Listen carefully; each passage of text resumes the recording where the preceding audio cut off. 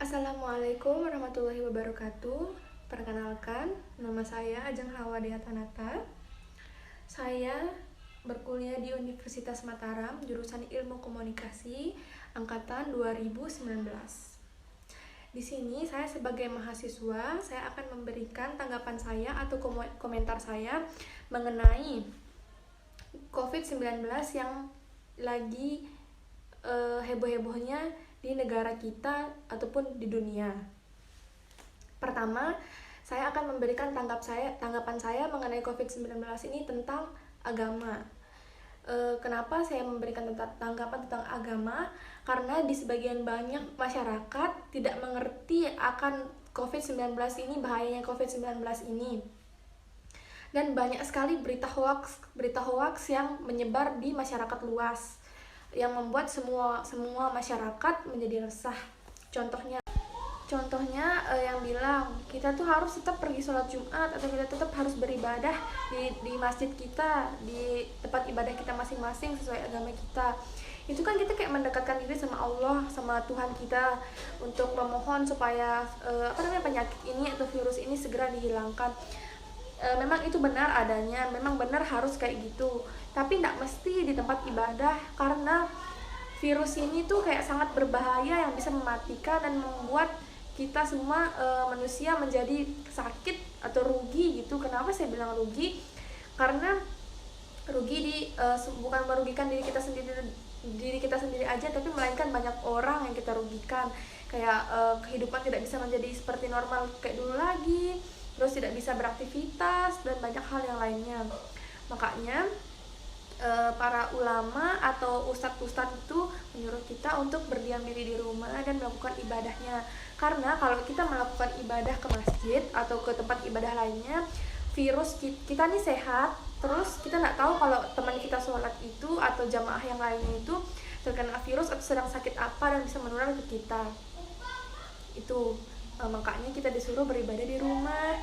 Janganlah terpengaruh sama berita-berita hoax yang bilang bisa pergi ke mall, bisa pergi ke pasar, bisa pergi ke sini, tapi ke tempat ibadah sendiri tidak bisa. Itu tuh salah besar. Kalau kita tidak pergi ke pasar, kita mau makan apa dan kita bakalan bisa apa gitu. Walaupun sekarang banyak sih sistemnya online, cuman tidak semua orang bisa melakukan kayak gitu. Jadi kita tuh 50-50, serba salah gitu juga sebagai masyarakat. Kita sebagai masyarakat bukan diri sendiri kita aja yang kita pikirin, tapi melainkan masyarakat yang lain dan orang lain kayak gitu contohnya. Dan tanggapan saya mengenai zona hijau dan zona hijau boleh beribadah. Sebenarnya itu boleh aja dilakukan kalau lingkungan kita udah zona hijau dan boleh beribadah di masjid gitu. Boleh aja, asalkan kita tidak menerima warga atau masyarakat yang lain di luar lingkungan kita masuk ke dalam lingkungan kita untuk ikut sholat berjamaah di masjid gitu, maupun sholat Jumat, sholat maghrib, apapun itu boleh, tapi jangan masukkan orang luar ke dalam lingkungan kita, karena itu akan mempengaruhi virus yang ada.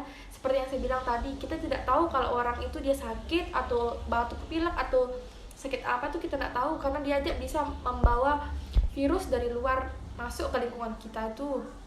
Selanjutnya, untuk virus corona ini kita juga harus menjaga diri kita untuk tidak keluar rumah, karena sudah terlalu banyak medis atau dokter yang lainnya itu berusaha untuk kehidupan orang yang sedang sakit.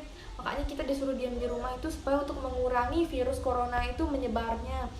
Mereka juga punya keluarga, punya istri anak itu yang ingin bertemu sama dia, sama medis dan dokter lainnya. Mereka tidak bisa pulang, tidak bisa melakukan itu seperti kita berkumpul di rumah itu, karena harus ada tugas yang diselesaikan. Makanya pemerintah menyuruh kita untuk berdiam diri di rumah dan melakukan aktivitas apapun di rumah dan tidak keluar rumah, karena kasihan para medisnya itu. Dengan seiringnya waktu, pemerintah juga tidak bisa menentukan kapan virus corona ini akan hilang, kapan virus corona ini akan berakhir. Karena kita juga tidak bisa akan berdiam diri lama-lama di rumah, itu tidak bisa. Perekonomian bakalan terhambat, semua jadinya tidak bener, jadinya kayak banyak orang yang melakukan pencurian, kayak banyak orang yang melakukan kekerasan gitu, karena kayak dia tuh tidak bisa menghidupi keluarganya karena tidak bekerja gitu kan. Makanya pemerintah sekarang melakukan new normal pelan-pelan gitu kan.